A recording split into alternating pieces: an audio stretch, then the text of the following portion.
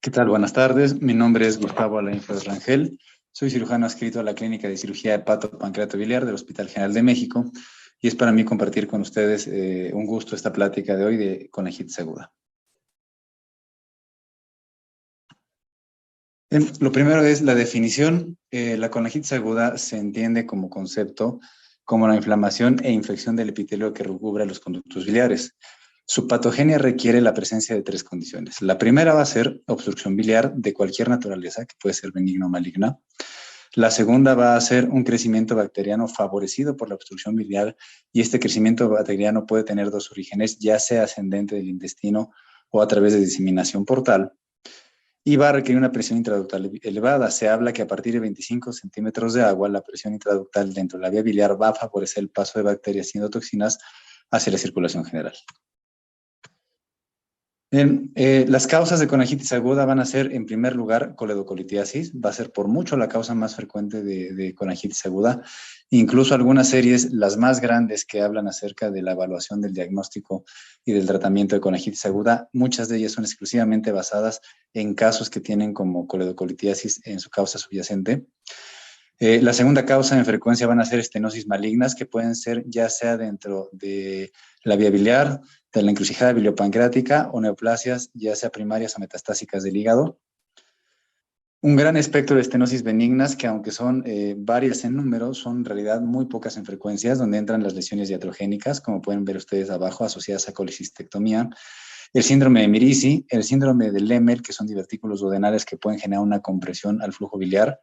Parásitos, que son muy raros, particularmente en esta zona geográfica, son mucho más frecuentemente descritos en Oriente, o una etiología autoinmune, ya sea propiamente a la vía biliar o a nivel del páncreas. Y otros que son más inusuales son la presencia de un bypass bilioentérico. Casi siempre que existe una conejitis asociada a un bypass bilioentérico, va subsecuentemente una estenosis de este bypass que o ya está manifiesta o que estará por manifestarse. La misma presencia de una sonda T que puede estar ahí por diversas naturalezas puede generar contaminación bacteriana, o existe también la conejitis aguda post-sepra. Bien, la conejitis aguda en números, en cuanto a su etiología, la primera causa va a ser coledocolitiasis, que se reporta como causa en 32 a 70% de los casos. Va a estar seguida de neoplasias entre el 10 y 36%. Y otras causas donde se engloban por lo menos 10, 1.5 a 28%. En cuanto a su severidad, la mayoría son leves, aunque va a depender completamente de la casuística que les reporten.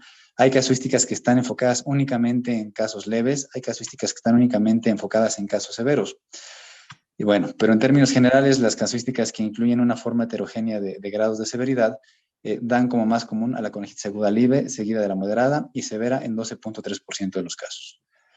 Y este es un dato bien interesante de analizar, la mortalidad. Antes de los años 80 se reportaba en un 50%, hasta 50%, vamos, había reportes más conservadores, por supuesto. Entre los años 80 y 90 se reportaba entre 10 y 30% de riesgo de muerte, y hoy en la actualidad se reporta entre 2.7 y 10%. Y esta es una pregunta bastante interesante de responder. ¿Por qué es que ha descendido la mortalidad de esta forma? Puede haber muchas causas. La primera puede ser porque hay un mejor reconocimiento de la enfermedad. Antes, posiblemente, con los métodos carentes que existían para diagnosticar la conejitis aguda, seguramente muchos casos, y particularmente los leves, que no tenían un cuadro clínico tan manifiesto, podrían pasar desapercibidos, podrían ser mal diagnosticados con alguna otra enfermedad simuladora. Hoy existen manejos estandarizados en paquetes y algoritmos que previamente no existían. Antiguamente se entendía que el drenaje biliar y el manejo con antibióticos eran necesarios, pero no existía un formulario estandarizado que nos llevara de la mano y nos condujera hacia el manejo óptimo de los pacientes con conejitis, como lo existe hoy día. Y también un gran aporte que ha tenido a esta disminución de la mortalidad es que hoy existe mayor disponibilidad de los drenajes biliares tempanos. Y no solamente mayor disponibilidad, existe más experiencia, existe mayor conocimiento sobre las técnicas y se han desarrollado bastantes. Y esto es lo que ha contribuido a que la mortalidad haya tenido un descenso tan dramático. Un factor importante que ha contribuido al reconocimiento y al diagnóstico y al descenso en la mortalidad es el consenso de Tokio. Antes del 2007, el diagnóstico de conejitis aguda podía ser bastante ambiguo. Se sabía que requería como condiciones necesarias la respuesta inflamatoria sistémica y la colestasis.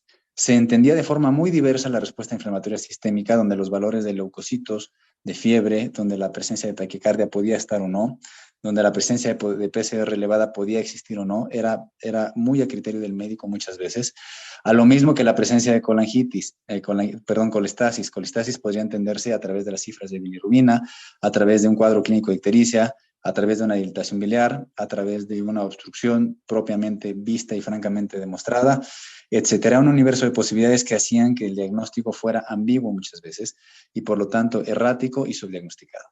Este mismo consenso de Tokio que se hizo en el 2007 fue un parteaguas para que se hiciera un gran reconocimiento de la colangitis aguda, estableció estándares de manejo a través de paquetes o algoritmos, se hizo una primera guía en el 2007, fue actualizada en el 2013 y fue sometida a una segunda actualización en el año 2018 y hoy soy sin duda alguna el documento más aceptado a nivel mundial como guía terapéutica de esta enfermedad. Antiguamente teníamos como criterio diagnóstico más conocido la triada de Charcot, descrita en 1877, la cual requería fiebre, dolor e ictericia. Esta triada tiene una sensibilidad de 26.4%, que es bajísima, pero una buena especificidad de 95.9%, lo cual hace que tenga una rentabilidad global diagnóstica de alrededor de 60%, lo cual es bastante baja. Hoy día, a través de los criterios de Tokio, tenemos perfectamente estandarizado el algoritmo diagnóstico, que es el que estamos viendo ahorita en pantalla, para lo cual se requiere la conjunción de los criterios A, B y C. El criterio A, que es inflamación sistémica, puede entenderse como una fiebre de 38 o más grados centígrados, leucocitosis o leucopenia y una PCR elevada con un punto de corte de 1.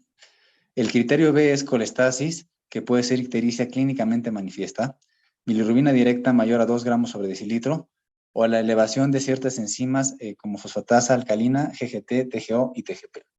Y el tercer criterio, criterio C, que es el radiológico, es aquel que demuestra la obstrucción biliar, ya sea directamente visualizando un lito, un tumor o la causa subyacente de la que estemos tratando, o bien indirectamente a través de una dilatación de la vía biliar. Cuando tenemos dos de estos criterios, tenemos una sospecha considerable de colangitis aguda, y cuando tenemos la presencia de los tres criterios, podemos declarar al paciente con el diagnóstico formalmente hablando, con una certeza diagnóstica reportada por los mismos autores de la guía mayor al 90%. En cuanto a la clasificación de severidad, que también fue un gran parteaguas en las guías de Tokio, antiguamente entendíamos como una colangitis severa a aquella que presentaba la pentada de Reynolds. Y la pentada de Reynolds consiste en la conjunción de las tres ítems que corresponden a la triada de Charcot, fiebre, ictericia y dolor, que le dan el diagnóstico a la colangitis, sumado a la presencia de confusión mental y estado de choque. Cuando se daba esta conjunción curiosa, por llamarla de alguna forma, es que nosotros inferíamos que el paciente tenía un cuadro severo. Hoy en la actualidad entendemos como la clasificación de severidad a un nivel de 3 grados. La colangitis aguda puede ser leve, moderada o grave. Lo que define una colangitis aguda grave es que tenga la presencia de alguna falla orgánica. Se describe la falla cardiovascular como aquel paciente que requiere aminas o que tiene una hipertensión sistólica menor a 90 que no remite al manejo de líquidos. Falla neurológica como alteración de la conciencia con un Glasgow menor a 12. Falla respiratoria a través del índice de Kirby menor a 300. Falla renal a través de oligouria o elevación de la creatinina mayor a 2, falla hepática a través del INR mayor a 1.5 o falla hematológica con plaquetas menores a 100.000, ya sea que exista una falla orgánica de novo o bien que exista una exacerbación de una condición preexistente. Ambas situaciones podrían ser válidas para decretar que el paciente tiene un cuadro grave. La colangitis aguda moderada se define aquella que tiene dos o más factores de riesgos que están ahí listados. No son fallas orgánicas, pero han demostrado que suponen algún riesgo relativo de muerte elevado respecto a los pacientes que no presentan ningún factor de riesgo. Y estos pacientes que no presentan ningún factor de riesgo son aquellos catalogados como colangitis aguda leve.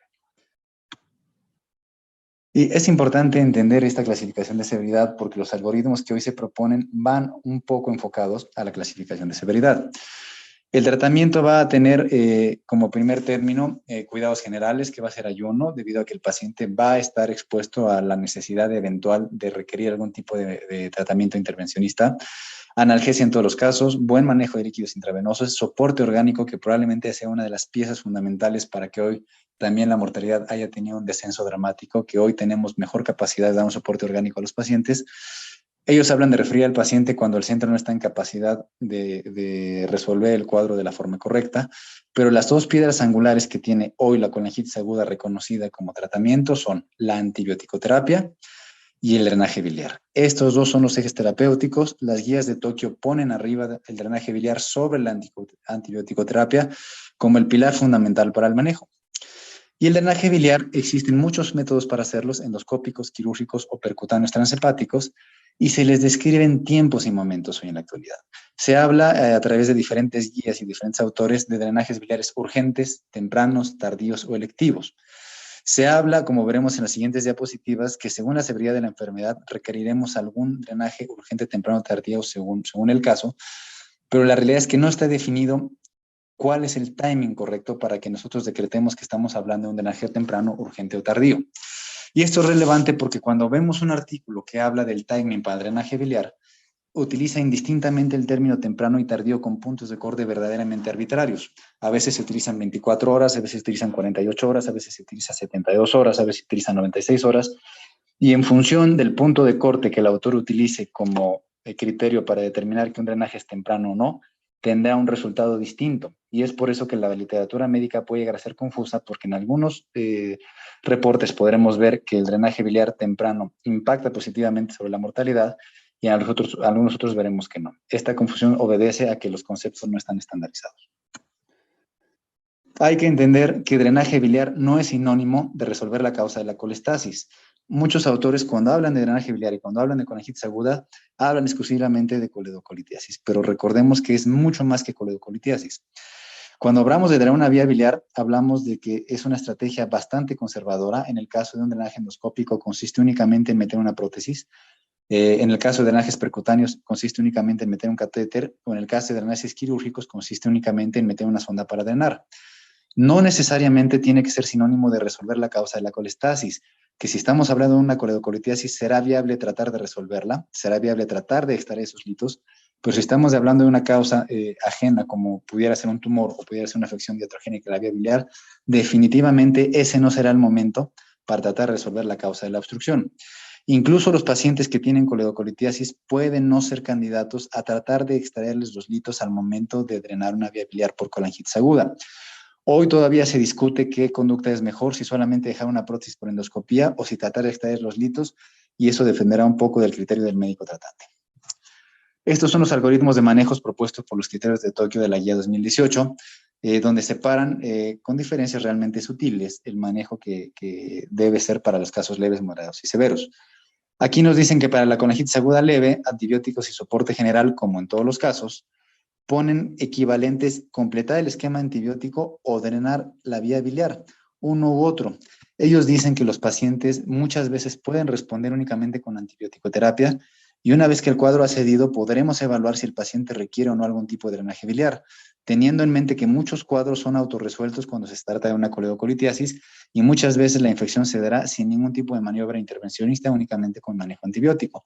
A esto nos referimos como un drenaje biliar electivo, que puede requerirse o no, eventualmente según el caso.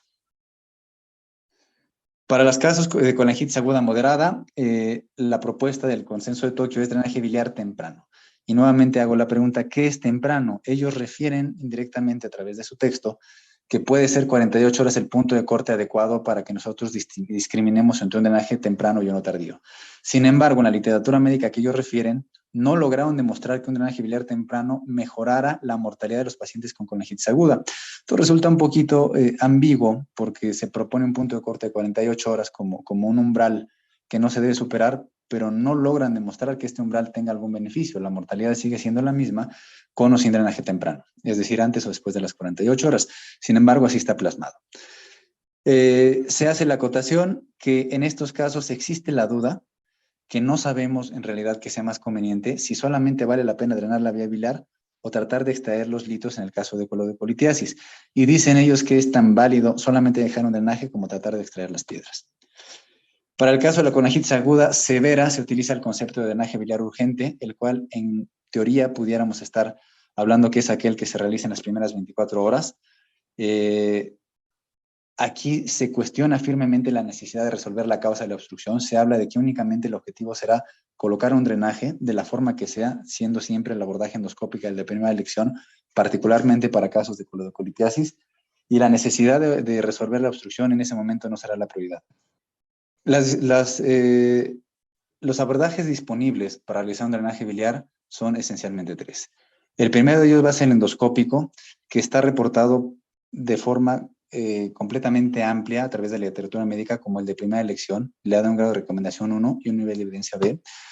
Y con drenaje endoscópico nos referimos a aquel que es transpapilar a través de stents que pueden ser internos o externos. Un stent interno es una endoprótesis, que es hoy por mucho el drenaje más común, pero también pueden ser stents externos, drenajes nasobiliares que se exteriorizan a través de la nariz para que haya un drenaje continuo, que podría no tener sentido, ya que hoy conocemos que un drenaje interno no genera ningún tipo de problema.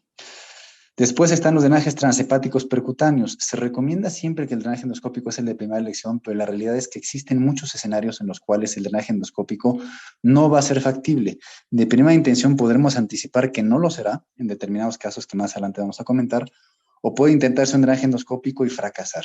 En esos escenarios se plantea que la segunda opción en el orden de elección deberá ser un drenaje transhepático percutáneo, que es un recurso probablemente menos disponible que la endoscopía. El drenaje transhepático percutáneo requiere una fluoroscopía, requiere un ultrasonido. Realmente la infraestructura no es muy demandante, pero lo que sí se requiere y que no es tan frecuente es el médico entrenado, que habitualmente es un médico radiólogo con una formación adicional en radiología intervencionista, y que en algunas partes del mundo también existen cursos de formación para cirujanos conocidos como cursos de cirugía percutánea. El drenaje percutáneo nos permite una colangiografía de altísima calidad, nos permite drenar las vías biliares cuando son inaccesibles por alteraciones anatómicas, que esa sería una muy buena razón para pensar en que la CEPRE podría no ser la mejor elección. Si tenemos una anatomía gastrointestinal modificada y no tenemos un enteroscopio disponible, definitivamente una CEPRE convencional no tendrá ningún lugar. En algunos casos de lesiones iatrogénicas de la vía biliar, como la que se ve en la imagen de la derecha, el drenaje endoscópico tendrá muy pocas probabilidades de éxito, o bien en algunos casos de neoplasias, también el drenaje endoscópico puede no ser ineficiente. En cambio, el drenaje percutáneo en todos estos escenarios, por lo habitual, logra el éxito de drenar la vía biliar, y es un abordaje que debemos tener siempre en mente. Aquí vemos otros ejemplos más. Ahí se ve una resonancia magnética de una lesión iatrogénica de la vía biliar, drenada por endoscopía después de que un abordaje endoscópico no fue eficiente, o bien una estenosis maligna larga en la cual el drenaje endoscópico no logró pasar un stent. Y finalmente existe el abordaje quirúrgico, que es el que por mucho plantea más dudas hoy en la actualidad. Es difícil pensar que hoy se tome como primera elección un drenaje quirúrgico, habiendo abordajes mínimamente invasivos.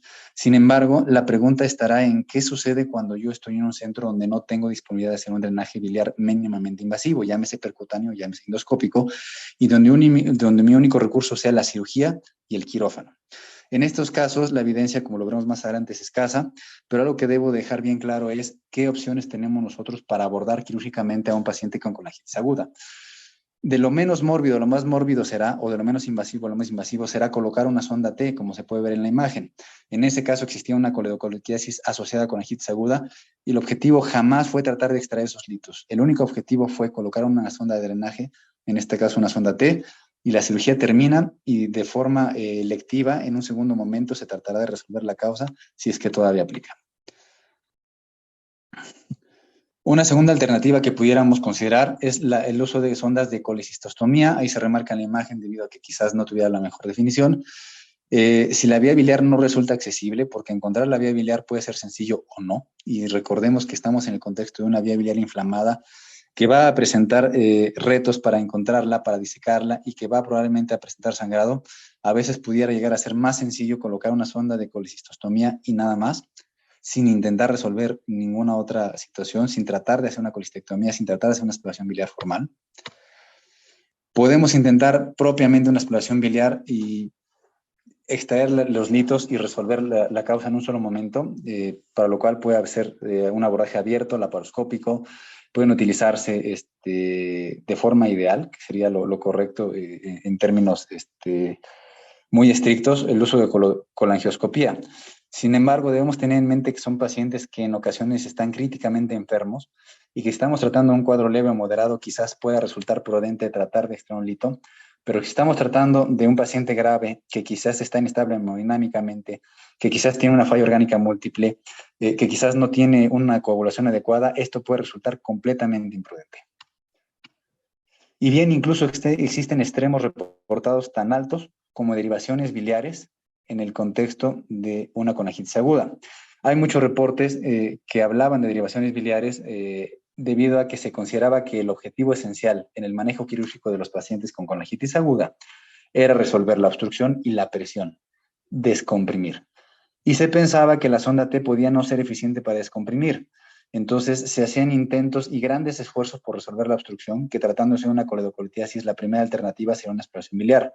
Y cuando no se lograba, a veces se recurría a esfínteroplastías, y cuando no se lograba, se llegaba a recurrir a incluso derivaciones de la vía biliar, como vamos a ver más adelante en algunos textos.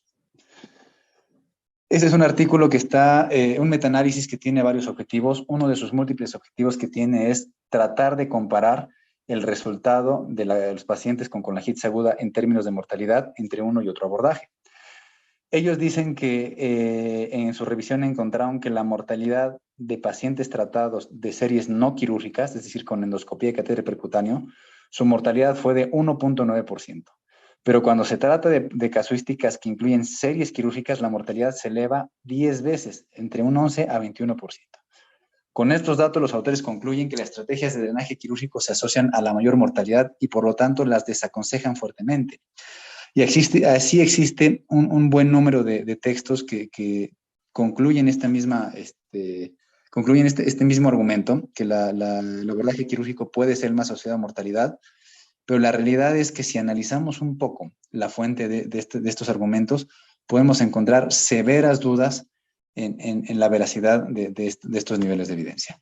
Por ejemplo, este metaanálisis del 2020 basa esta conclusión a partir de únicamente dos estudios revisados, realizados en el año 86 y en el año 1992, que contrastaron un drenaje quirúrgico versus abordaje endoscópico con un universo incluyendo los dos estudios de 153 pacientes, es decir, un universo bastante bajo, y sobre pacientes única y exclusivamente diagnosticados con coledocolitiasis. Están excluyendo una buena proporción de casos donde estamos hablando de lesiones iatrogénicas de la vía biliar, donde estamos hablando de etiologías malignas, donde probablemente la conclusión hubiera sido distinta. Analicemos alguno de ellos, publicado por el doctor Liz, es un análisis retrospectivo de 1986.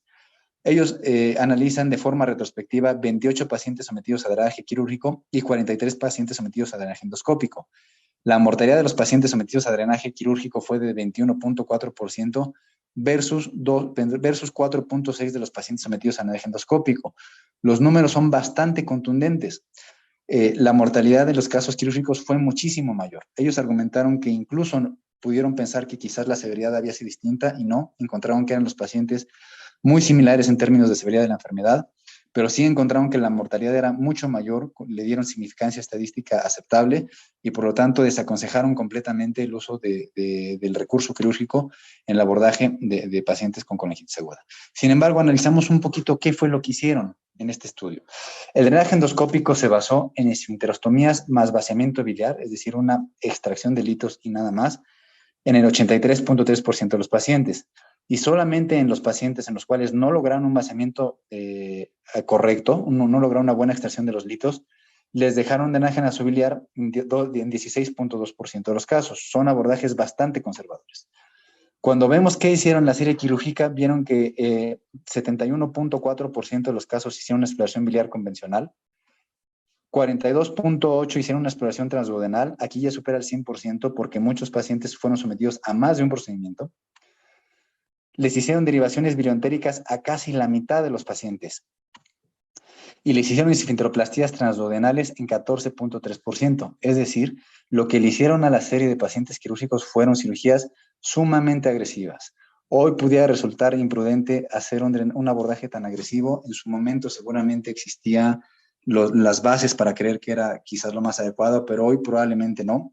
Hoy probablemente cualquier cirujano que se viera en necesidad de hacer un drenaje quirúrgico optaría por algo mucho más conservador, como solo un drenaje, y no tratar de resolver la causa. A continuación presento datos que no existen escritos propiamente en reportes, en series quirúrgicas endoscópicas, pero que dan bastante idea de lo que es el panorama real del abordaje de la colangitis aguda, por lo menos en América Latina. Esta es una encuesta que se hizo en el marco del Congreso Latinoamericano de Cirugía Hepatopancreatobiliar, celebrado en México en 2018, Estaban como asistentes los presidentes de los capítulos latinoamericanos y con la ayuda de ellos se distribuyó una encuesta vía correo electrónico a cirujanos generales y cirujanos con formación hepatopancreatobiliar para evaluar el reconocimiento y la aceptabilidad de las guías de Tokio 2018. Se obtuvieron 802 respuestas a partir de 15 países y esto fue lo que se concluyó. Una de las preguntas fue, en su centro de trabajo, ¿usted tiene disponibilidad de realizar un drenaje biliar percutáneo o endoscópico en las primeras 24 horas, como sería el gold standard, por lo menos en casos severos? Y la respuesta fue nunca. Fue la respuesta más correcta. Las posibles respuestas eran siempre, 100% de las veces, a veces, casi siempre, pocas veces, pero la respuesta más común fue nunca. Es decir, la mayoría de los médicos no tendrán la oportunidad de hacer un drenaje biliar inmediato cuando estén tratando a sus pacientes con colangitis aguda. La siguiente pregunta fue el sector en el cual se desenvolvían y vemos perfectamente una diferencia entre el sector público y el sector privado. Es decir, la percepción del médico sobre lo que puede hacer o lo que puede no hacer en el manejo de estos pacientes va a depender de su disponibilidad de recursos. A veces nosotros vemos recomendaciones en guías que llegan a ser muy prohibitivas en términos del manejo quirúrgico por considerarlo agresivo. Sin embargo, el entorno puede no ser el mismo. Pueden surgir a partir de entornos donde la disponibilidad de recursos puede ser otra a la de otras geografías como la de América Latina, donde los recursos de drenajes mínimamente invasivos van a ser verdaderamente excepcionales, y aquí se puede ver claramente cómo la disponibilidad de recursos está completamente ligada a la economía. La siguiente pregunta fue, si usted no contara con un drenaje biliar percutáneo o endoscópico, ¿estaría dispuesto a realizar un abordaje quirúrgico en pacientes con colangitis aguda, moderada o severa? Y la respuesta fue que el 76.5% de los cirujanos dijo estar dispuesto siempre o casi siempre a abordar quirúrgicamente a un paciente que tiene colangitis aguda severa si es que no tiene un drenaje percutáneo endoscópico quirúrgico a la mano. Y solamente un 2.8% dijo nunca estar dispuesto a hacer esta conducta. Por supuesto, existe una gran diferencia entre responder una encuesta a favor de una actitud quirúrgica y realmente llevarla a la práctica. Sin embargo, esta es la mentalidad que quedó plasmada a través de esta encuesta. Presento finalmente un protocolo multicéntrico donde participan en México 4 centros de tercer nivel, entre ellos el Hospital General de México, que evalúa, entre muchos otros objetivos, la relación entre el diferimento desde el diagnóstico hasta el drenaje biliar, al cual llamaremos timing, y la mortalidad, y por otra parte evalúa la relación entre la vía de abordaje y la mortalidad. Es decir, si existen diferencias entre que yo drene una vía biliar por cirugía, por endoscopía o por radiología intervencionista. El estudio corre y al día de hoy se han analizado 293 pacientes. Y el resultado de esta muestra de 293 es que la mortalidad es de 7.85%. En la literatura médica se encuentra un rango amplísimo que va desde 1.2% de muerte hasta 24.1%. Y este rango tan amplio obedece a que hay series que se enfocan exclusivamente a pacientes con colangitis agudas leves y moderadas, donde la mortalidad es cercana a cero incluso. Y hay series que se enfocan exclusivamente en pacientes con colangitis agudas severas. Y es por eso que cuando se evalúa la mortalidad global, resulta en un rango tan amplio. Esta muestra que evalúa todas las colangitis que se presentan en un servicio de cirugía, en un pabellón de cirugía, reporta 7.85% de riesgo de muerte. El diferimiento promedio para drenaje biliar una vez que tenemos el diagnóstico es de 2.7 días, que va desde 1 hasta 26. Y aquí vemos los resultados. La mayoría de los pacientes van a ser clasificados como graves, casi 50% van a ser graves, y 25 y 25 van a ser clasificados como leves. Y aquí vemos el primer dato bastante interesante, la mortalidad. La mortalidad en casos leves y moderados ronda el 1.3%, pero en casos severos es cuando menos 11 veces mayor, es 14.8% el riesgo de muerte cuando se trata de un caso grave, y por lo tanto tenemos el primer gran factor de riesgo de muerte, que es la severidad de la enfermedad. En cuanto a etiología, no hay ninguna sorpresa en realidad. La coledocolitiasis y las neoplasias y las afecciones de la vía biliar ocupan prácticamente todo el universo de la etiología. Y este es quizás el resultado más interesante que hasta el día de hoy se ha encontrado. La relación que existe entre el tiempo que pasa en que yo me tardo en una vía biliar y la probabilidad que tenga mi paciente de fallecer. Vemos cómo en las primeras 24 horas se analiza, después entre las 24 y 48 horas, entre 48 y 72 horas, más de 72 horas, y se analizó un grupo de pacientes que no fueron sometidos a drenaje biliar, ya sea porque mejoraron sin drenaje o porque fallecieron durante el tiempo de espera. Y vemos cómo la mortalidad es progresivamente más alta al pasar de los días, de tal forma que entre el día 1 y el día 4 la mortalidad se incrementó en un 590%. un número que por supuesto alcanzó significancia estadística y nos permite tener la primera conclusión de este trabajo, que es la mortalidad incrementa proporcionalmente al retardo en el drenaje biliar, y la siguiente conclusión lógica será que el timing debe ser tan pronto como sea posible. Un punto de vista quizás un tanto personal sea que pareciera ocioso ponerle el término drenaje temprano, urgente o tardío. A nuestro punto de vista, el momento ideal va a ser siempre tan pronto como sea posible. Cuando analizamos por severidad, vemos que este incremento dramático en la mortalidad a través de los días únicamente se observa en casos graves. Los casos leves y moderados, la mortalidad fue muy cercana a cero. En ambos fue 1.3%. Sin embargo, en casos graves, la mortalidad subió desde el 4.2% en las primeras 24 horas hasta 62.5% en los pacientes que después de 4 días no les hemos logrado drenar la vía biliar. Y aquí deja verse claramente cuál es la urgencia que podemos nosotros llegar a tener en drenar una vía biliar de forma temprana cuando los pacientes tienen un cuadro severo. Y aquí entraremos en un conflicto grande cuando no tengamos una disponibilidad de un drenaje endoscópico en el percutáneo y nuestro único recurso que existe prácticamente en cualquier hospital se llama cirujano y quirófano.